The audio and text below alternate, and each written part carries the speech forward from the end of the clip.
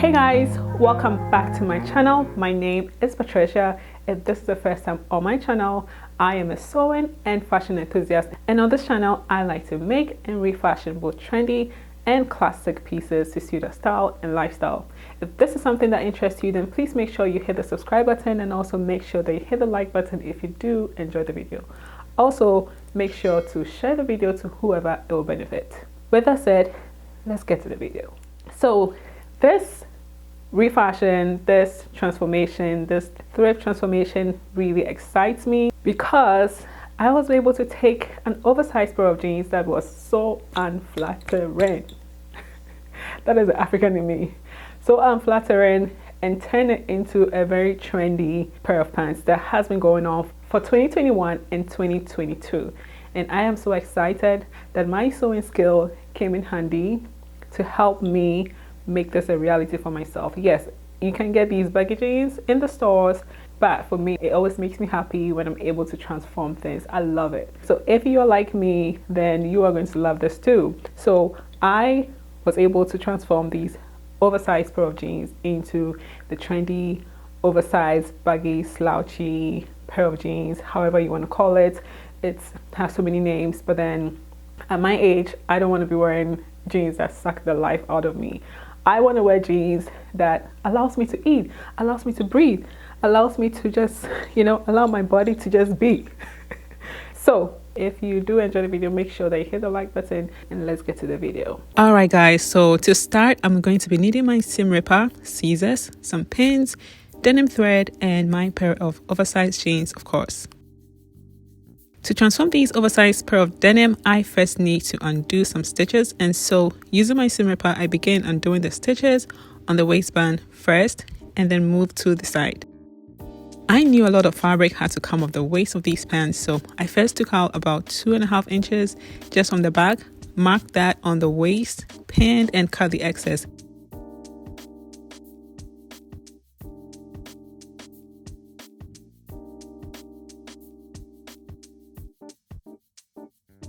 Because I don't like disturbing the piece of my brain with any kind of math, okay, I use that cut piece as a guide to cut the other side. To make my life easy, because we are all about the easy life, I went ahead to press the just open seams to lay flat. I pinned that and I tried it on. Now, while trying them on with the pins, just know you are on your own should the pins launch an attack on your thighs. By trying them on with just the pins, holding the seams together, I can see clearly that I need to take more in. And at this point, I had to put this project down because I really thought it was going horribly wrong. However, spending time away helped me figure out what to do next. So I came back with a plan to take more fabric from the sides. And using my long ruler, I drew a line from the waist to any point of the side. Now, watching this over, I wish I took more in from the waist, but hey, we live and we learn. Now, if you know me, you will know I like things to look good. So I decided to maintain this pair of jeans in its original form by copying this stitching on the pocket, which is mostly metal on other jeans. Thank goodness it is not one of those because I wouldn't know what to do. And I did this based on how much I was taking out from the side. The goal is to make sure the top stitching is showing when it is all done. In this case, I measured 1 inch from the original stitching and sewed tiny zigzag stitches on that mark. And this is looking good already. Once I got that part out of the way, I went ahead to pin on the line I drew earlier and went ahead to stitch on that line until I ended my stitches in the original seams.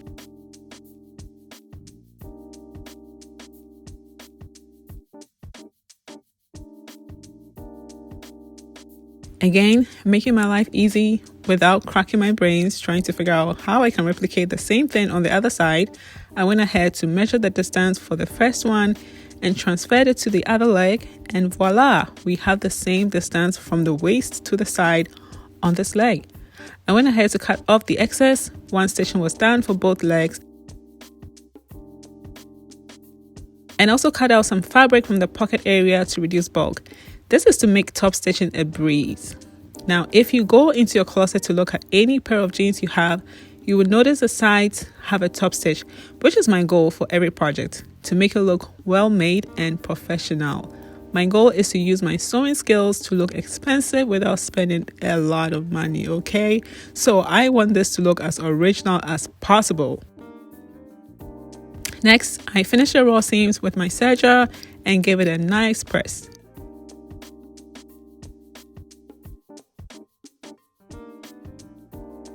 I recently learned a new trick here on YouTube regarding bulk, and it was to use a hammer to reduce the bulk a little bit. So I tried that and I think it did the trick. Anyway, I went ahead to top stitch the side while making sure the seam allowance is pointing towards the back of the pants, and I just looked inside one of my denim pants and copied what they had done. Again, I am trying to make it look as original as possible. Also, while filming, I was having a cute conversation with a 5-year-old who wants to do my voiceovers and suggested we start a cooking channel as well. So I went ahead to leave our conversation. I just thought it was so cute. Make sure you hit that like button if you enjoyed the conversation, and let me know if we should start making cooking videos as well. Are you making a video for me? Yes, I'll make a video for you. So I saw. Okay, so I can talk. Yeah, you can talk. Okay. So why I'm doing this? Tristan's gonna. So I'm gonna have a great video today, and CC and my family stuff. Right. Needle and needle, and then when you're all done, you add one of these things, and then you're watching your hair something. That we thread it on your pants on the back. Right. Your voice. I love your voiceover. So then I'm gonna have you do my voiceovers for me, okay? Okay, and then Toddy you made the pants. So how we do is we add one of these, which thread and thread. When it's all done, we back to the video. Bye. Wow. So what outfit did you make? Okay, so I'm gonna do the next video. Okay. Lots of video. Okay, so what we doing today, we're gonna make the best snickerdoodles. Snickerdoodles? Snickerdoodles. I thought we were making pants. So we changed. So we're gonna have a cooking channel now. Yeah. I can't wait. It's gonna be a new show. Yeah. Oh, wow. I mean, that's not a bad idea. You know, I actually like that. Yeah, and it's free, maybe on YouTube. Yeah, it's gonna be on YouTube, of course. Yeah, I can't wait. I can see what happens. Right? I also can't wait. Oh my goodness. That's gonna be so fun. What do you think? Okay.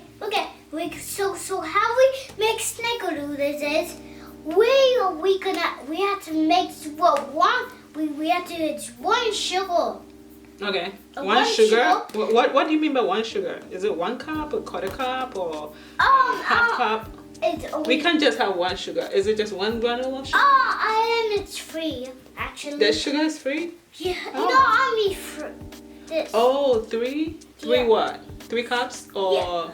That's a lot of sugar in the snickerdoodles. Oh my goodness. That maybe 2. 2? That's maybe. Okay, so what we do, we have 2 cups. Okay, 2. I think we should do since we don't like eating too much sugar, I think we should do just a half cup. Well, that was a fun conversation, don't you think? Anyway, while we continued chatting, I detached the belt holes, not completely, just on the side where I will need to stitch the waistband back to the rest of the pants. Except for the middle loop, which I should have only detached from the top of the waistband.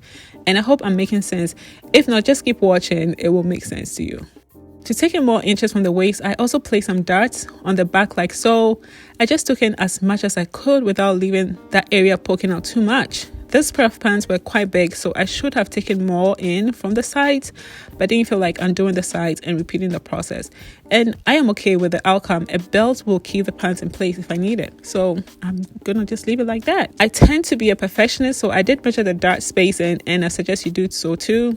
Just make sure it is evenly spaced and you should be good to go. To ensure a straight line when stitching, I used a ruler to mark my dart, pin, and took it to the sewing machine.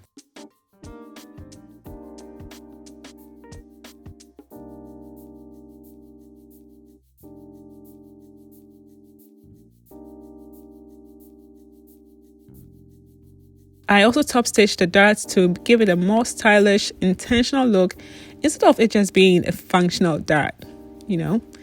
As I mentioned before, I should have removed the belt loop from the band instead of the main pants because I need to cut the excess band off, and I just ended up giving myself double work when it came time to stitching the loops back on. Anyway, to reduce the waistband, I first found the middle of the band and cut it into half, removed any top stitching, opened the band all the way, aligned the waistband to the waist of the pant, pinned the band together like so, and I proceeded to cut in the excess, making sure I left some seam allowance, and then I stitch it together. Make sure you open every fold. Again, we want this to look well made and not homemade. One rule about sewing is to always press your seams. That is a sure way to get professional looking home sewn clothes, but there are tricks to every trade, and here, instead of pressing, I am using my fingernails to press the seams in an attempt not to bust out the iron, and this works perfectly for small seams like this. Again, I am removing bulk where I can because denim is heavy and we want our machine to work with us and not against us. So I go ahead to cut some fabric from the seam allowance.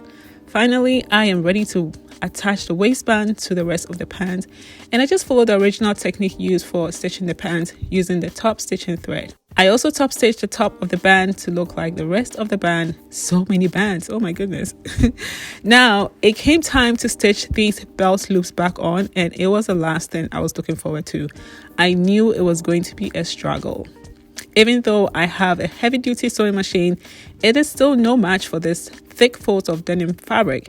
So I resorted to hand sewing peacefully to keep my sanity in check. It was work, I'm not gonna lie, but I had my peace of mind instead of fighting with my machine. Now I went ahead to finish the rest off camera and I was done, and here is the final look. But before that, we need to see how these pair of pants or jeans look like.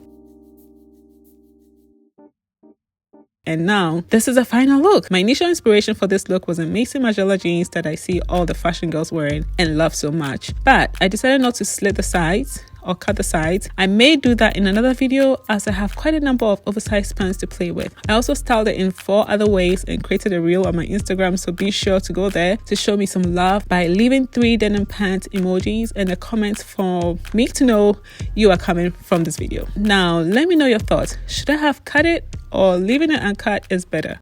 If you've been watching till this time and you still haven't hit the subscribe button, please go ahead to hit the subscribe button. Also make sure that you hit the like button, and also make sure that you share the video to whoever it will benefit. With that said, have a good one. Bye.